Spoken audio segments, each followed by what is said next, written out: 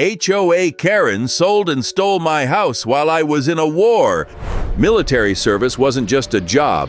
It was a life shaped by discipline, duty, and the constant shuffle of deployments. Years in dusty outposts, under foreign skies, and amidst the clamor of commands had taught one unshakable truth. Home was a sanctuary. It wasn't about size or splendor. It was a quiet retreat where the world's burdens could slip away. Before the last year-long mission overseas, everything was squared away. The mortgage was on autopay, utility bills scheduled without fail, and Mr. Thompson, the neighbor across the street, agreed to look after the house. He was a gruff old man with a kind streak, the sort who'd grumble about trivialities but never shirk a promise. He'd vowed to check the mailbox, water the lawn when summer baked it dry, and call if anything went wrong. The year abroad drained every ounce of strength. Dust settled on clothes, skin, and lungs, while the hum of engines and the crack of distant gunfire became a relentless backdrop. Sleep was scarce, snatched in fits between patrols, leaving only exhaustion. But home remained a beacon. Simple images kept spirits afloat, the key turning in the lock, the creak of the wooden floor, the faint scent of cedar. Those thoughts steadied the mind. The mission ended, and the dark green pickup truck pulled up to the house, tires hissing on the asphalt. The street looked unchanged. Neat lawns, modest homes, a sleepy suburb where time stood still. The engine cut off, and silence fell like a relief. But something was off. A sleek sedan sat in the driveway, its polished finish jarring next to the pickup's faded paint. It didn't belong to Mr. Thompson or anyone familiar. The lawn, which should have been overgrown from a year of neglect, was flawless. Grass clipped short, edges precise. Bright yellow curtains hung in the windows, a loud clash with the house's muted tones. They weren't the plain blinds left behind, they were alien. Fatigue softened the unease at first. Maybe Mr. Thompson had overdone it, hiring a landscaper or putting up odd curtains as a gesture. The mind grasped at that, too worn to dig further. The key slid into the lock smoothly, but when it turned, nothing happened. Inside, footsteps shuffled, voices murmured. The door opened, revealing a stranger. She was a woman with dark hair and a ponytail, her face tight with suspicion. Who are you? She asked sharply, her grip firm on the door. "This is my house," came the calm reply, though a storm brewed inside. "I live here." You're wrong. We bought this house. Legally, it's all done. The words hit hard, shattering the moment. Bought? How?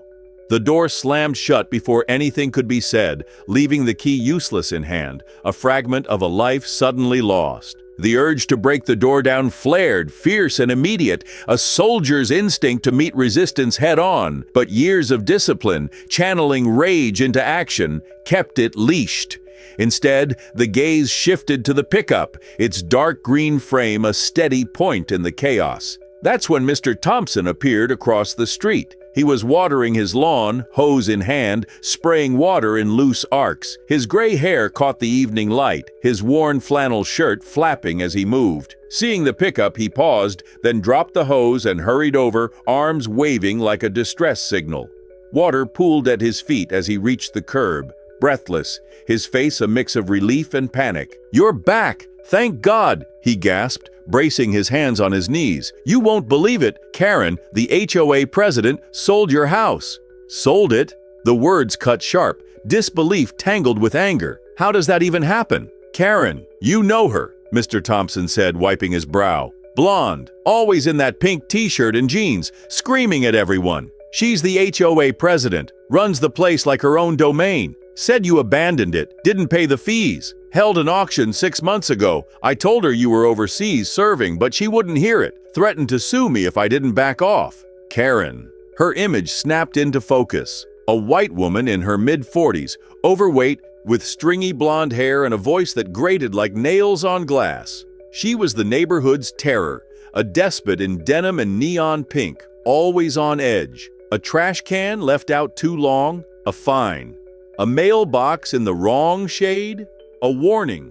She'd once yelled at a kid for stepping on her lawn, but this, Selling a house while its owner was deployed? It was a leap past her usual petty malice into something darker. The phone was out fast, dialing the police. The dispatcher's tone was flat. "Civil matter. Take it to court." Frustration bit deep, but the next call went to a lawyer, a blunt, seasoned man who'd handled a small dispute years back. He agreed to meet that day, and soon the pickup sat outside his office, a low brick building wedged between a deli and a laundromat. The office reeked of stale coffee and ink. The lawyer leaned back behind a cluttered desk, tie loose, glasses low as the story spilled out. The mission, the return, the strangers. He rubbed his chin when it was done. "This is a mess," he said, voice gruff. "If the HOA followed their rules, we're in for it. We need fraud. Any notices come your way?" "None," came the firm reply. "Mail went to the base. No letters, no warnings." Mr. Thompson, who'd tagged along, nodded. "Check the box every week," he said. "Just junk." The lawyer jotted a note. "I'll pull the HOA files. If there's a weak spot, we'll find it." The documents arrived days later, and the weak spot was a chasm. Signatures on the sale papers, supposedly agreeing to forfeit the house over unpaid fees, were fakes, sloppy and off. The sale price was a joke, far below value, and the buyer, Karen's cousin, a sketchy type with a history of petty scams. It was a scheme, blatant and vile, and the truth stoked a fire that wouldn't fade. The lawsuit struck hard. The HOA, Karen, and the new owners were dragged to court. The demands clear: return the house and pay $500,000 for lost property, legal fees, and the sheer outrage of it all. It wasn't just about reclaiming space, it was about justice, forcing them to face the ruin they'd wrought. The courtroom was stark, beige walls under harsh lights. Karen took the stand, a wreck in her pink t-shirt and straining jeans. Her blonde hair hung limp, her voice a shrill wail as she spun her tale. "I followed the rules!" she cried, hands flailing. "He abandoned it! I had to act!" Her hysterics were loud, tears streaming, face flushed, but the evidence sliced through.